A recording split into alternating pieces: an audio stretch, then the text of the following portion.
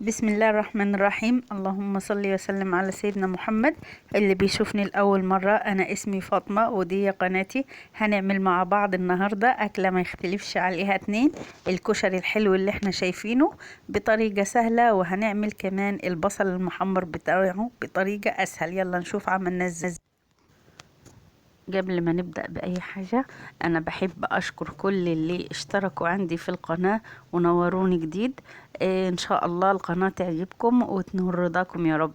أهي بعمل هنا أول حاجة، أنا طبعا بصل الكشري وبقطعه على طول البصلاية كده شكل جوانح يعني. وهتشوفوا أنا مش هضيف عليه أي حاجة، ولا دقيق ولا نشا ولا أي شيء. أنا بعد ما أخلصه تقطيع على طول هاخده مباشرة على زيت التحمير. أتمنى مشاهدة ممتعة، وأتمنى مشاهدة لنهاية الفيديو إن شاء الله.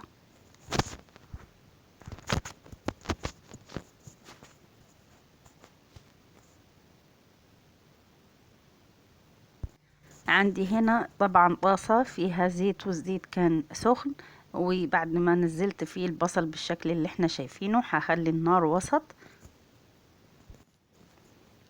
مع التقليب المستمر فيه. اهو ابتدى ياخد لون، يعني ما نغفلش عنه علشان ممكن يتحرق مننا بسرعة. البصل ده والله انا ولا ضايفه عليه ملح ولا نشا ولا اي حاجه، غير بعد ما هيطلع خالص هضيف عليه رشه ملح علشان يعني احياج البصل. اهو شايفين، لو حد هيقول فاتح هو لا هيغمق بعد شويه كده مع نفسه. طبعا هنطلعه على مناديل مطبخ علشان لو في اي زيوت المناديل تمتصها. اهو هنا هنزل ببقية البصل اللي معايا، طبعا بنوزعه في الطاسة مش بنسيبه في مكان واحد. هنا معايا حلة كانت على النار فيها مية بتغلي، نزلت فيها بكيس مكرونة حوالي 400 جرام. بعد كده هضيف عليها 100 جرام من المكرونة الاسباجيتي، وحاسبهم لحد ما يتسلقوا مع بعض. وبعد كده هنشوف هنعمل فيهم ايه. انا بس ضفت رشة ملح ومعلقة زيت في مية السلق. خلاص احنا سلقنا المكرونة وصفيناها بالشكل اللي احنا شايفينه. بعد كده اهي متفرفطة من بعضها. بعدين مع الحلة حطيت فيها من الزيت اللي انا حمرت فيه البصل، وهنزل بيه شوية عدس اصفر. الخطوة دي اختياري لو حد حابب يعملها. حوالي معلقتين من العدس الاصفر انا غسلاهم ومصفياهم، نزلت بيهم على الزيت. بعد كده هنزل بحوالي كوباية رز علشان مش بنحب الرز كتير في الكشري.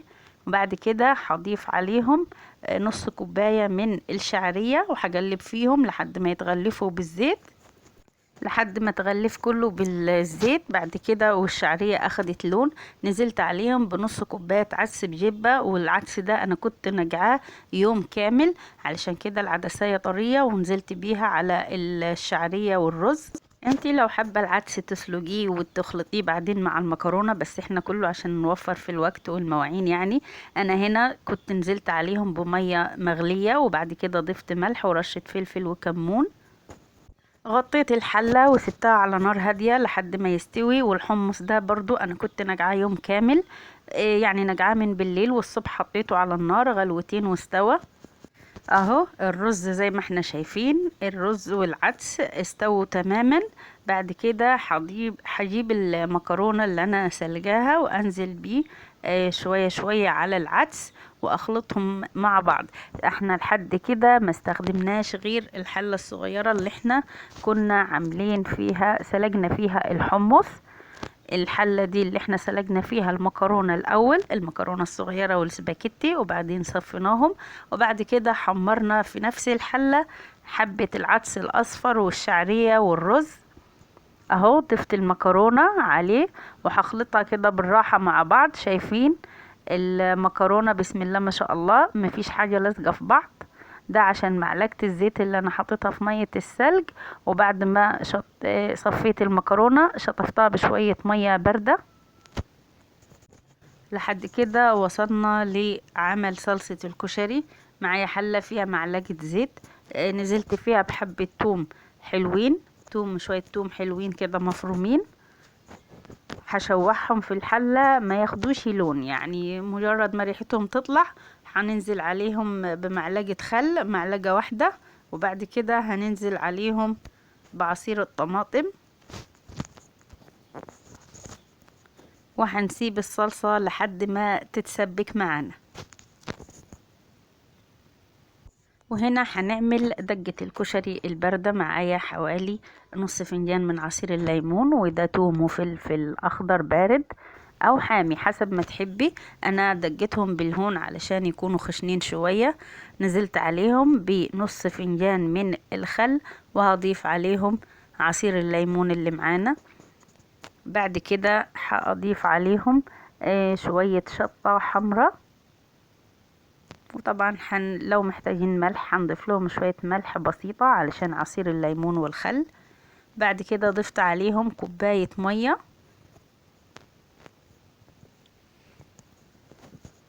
احنا بنحب الدجة دي الباردة، ما بنحبش التانية اللي هي الشطة معمولة في الزيت. الشطة اللي في الزيت هنا. بعد كده صلصة الطماطم جهزت معانا، ضفت عليها رشة فلفل وكمون والملح طبعا، وقلبتهم مع بعض وجهزت معانا خلاص. اسمعوا صوت البصل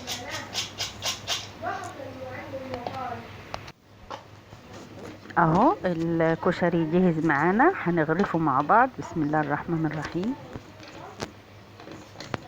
اهو شايفين بسم الله ما شاء الله، يعني المكرونة بتتكلم او الكشري بيتكلم عن نفسه، متفرفط ما فيش حاجة لازقة في بعض. بعد كده هنضيف عليه البصل اللي احنا حمرناه، ما ضفناش عليه غير رشة ملح، وبعد ما اتحمر يعني ما ضفتش عليه اي اضافة زي ما قلت لكم في اول الفيديو. وهنا هنزل عليه بالصلصة الحمراء. الصلصة دي في اللي بيضيف لها مكعب مرق، لو حابة تضيفي لها مكعب مرق ضيفي لها. بعد كده هنزين باللون اللي معانا اللي هو حمص البليلة اهو زي ما احنا شايفين، وحطينا عليه حبة حمص من فوق. بعد كده هضيف عليه شوية من الدقة الباردة دي اللي بالخل والثوم. لو عجبكم الفيديو ما تنسوناش في اللايك وتنورونا بالاشتراك علشان القناة تكبر بيكم يا احلى عيلة. اهو شايفين شكله. اشوفكم في الفيديو القادم ان شاء الله. السلام عليكم.